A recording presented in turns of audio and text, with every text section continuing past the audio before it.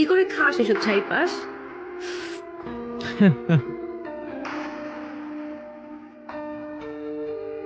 আমি ইব্রাহিম রিপোর্ট করছি সরাসরি আমাদের ভার্সিটির ক্যাম্পাস থেকে। আজকের প্রশ্ন একটাই, স্বাধীনতা, ফ্রিডম কিংবা ইন্ডিপেন্ডেন্স, তার মানে কি এটা? ক্যাম্পাসের ভেতর এভাবে ওপেনলি স্মোক করা? যদি তাই হয় আমি সরি, আপনাদের এরকম স্বাধীনতায় আমি বিশ্বাস করি না। এবং সবচেয়ে ভয়ঙ্কর ব্যাপারটা কি জানেন? আশেপাশের মানুষজন দেখছে যাচ্ছে, কিন্তু কেউ কিছুই বলছে না, কেউ থামাচ্ছে না, কিছু না, যেন এটাই স্বাভাবিক, এটাই অ্যাকসেপ্টেড। কিন্তু আমার কাছে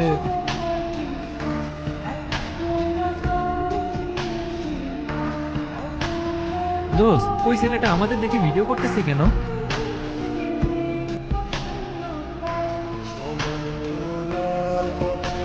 hello, not accepted. Excuse me. What?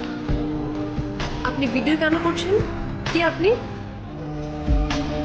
Student. I mean, আপনি স্টুডেন্ট তো আমি। You don't look like student. At least আপনার কাজ দেখে তো মনে হচ্ছে না। আপনি পারমিশন ছাড়া আমার ভিডিও কিভাবে করতে পারেন? আমি আপনার ব্যাপারে ডিপার্টমেন্টে কমপ্লেন করব। Okay, fine. Go ahead. করেন কমপ্লেন। আমি ইব্রাহিম, জার্নালিজম স্টুডেন্ট। আর এই ভিডিওটা যাবে ডিরেক্ট সোনি রুমের কাছে। এই ওয়েট, সরি সরি, দাঁড়ান। হোয়াট? করবো না কমপ্লেন, সরি। আর আমি তো স্মোক করি না, সে তো ওরা ডিনার দিছিল সেই জন্য। আপনি ভিডিওটা ডিলিট করে দেন না প্লিজ। বললাম তো, ভিডিওটা যাবে ডিরেক্ট সোনি রুমের কাছে। আপনি এমন কেন করতেছেন? সরি বললাম তো। সে তো আপনার ক্যাম্পাসে স্মোক করার আগে ভাবা উচিত ছিল, রাইট? ভিডিওটা ডিলিট করে দেন না প্লিজ। ওকে ফাইন, করে দেবো, একটা শর্তে। কি সব বলে? আমার মায়ের নাম্বার দাও, তাকে ভিডিওটা দেখাই, তারপর ডিলিট করে দেবো। এইটা করেন না প্লিজ, আমার মাঝে আমি একদম শেষ। তাহলে যতক্ষণ তোমার মায়ের নাম্বার না দিচ্ছ ততক্ষণ ভিডিওটা আমার কাছেই থাকুক। ডিলিট হলে তোমার মাকে দেখানোর পরে চললাম বস।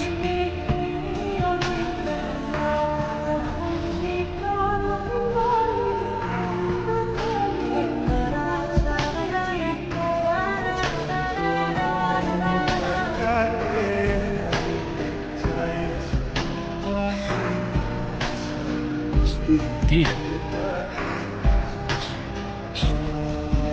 কি হয়েছে?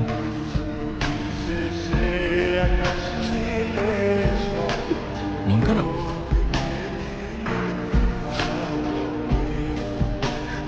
এ কি, তুমি কাঁদছো কেন? আমি কাঁদলে আপনার কি? ওকে।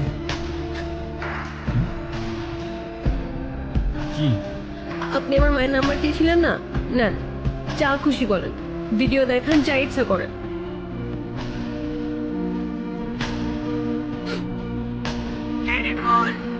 হ্যালো আন্টি, আসসালামু আলাইকুম। আপনি কে? এটা তো আয়েশার নাম্বার, ওর কিছু হয়নি তো? আরে না না আন্টি, ওর কিচ্ছু হয় নাই। আন্টি, আইসার ব্যাপারে আপনাকে কিছু কথা বলার জন্য কল দিলাম। হ্যাঁ বলো। আন্টি, আপনার মেয়ে, আপনার মেয়ে তো অসাধারণ একজন মানুষ। আমি ওর ক্যাম্পাসেরই ফ্রেন্ড। ক্যাম্পাসের সব টিচাররাই ওকে অনেক ভালোবাসে। ক্যাম্পাসে ওর মতো আরেকটা মেয়েও নেই। তাই ভাবলাম যে মেয়ে এত ভালো, তার মা না যাবে কত ভালো মানুষ। তাই ওকে বললাম আপনার সাথে একটু কথা বলার সুযোগ করে দিন। ও মা, তাই নাকি? শোনো, তুমি আয়েশার সাথে আমাদের বাসায় আসবা কিন্তু, তোমার কিন্তু দাওয়াত রইলো। ঠিক আছে আন্টি, আসবো ইনশাল্লাহ। ভালো থাকবেন আপনি। আল্লাহ হাফিজ।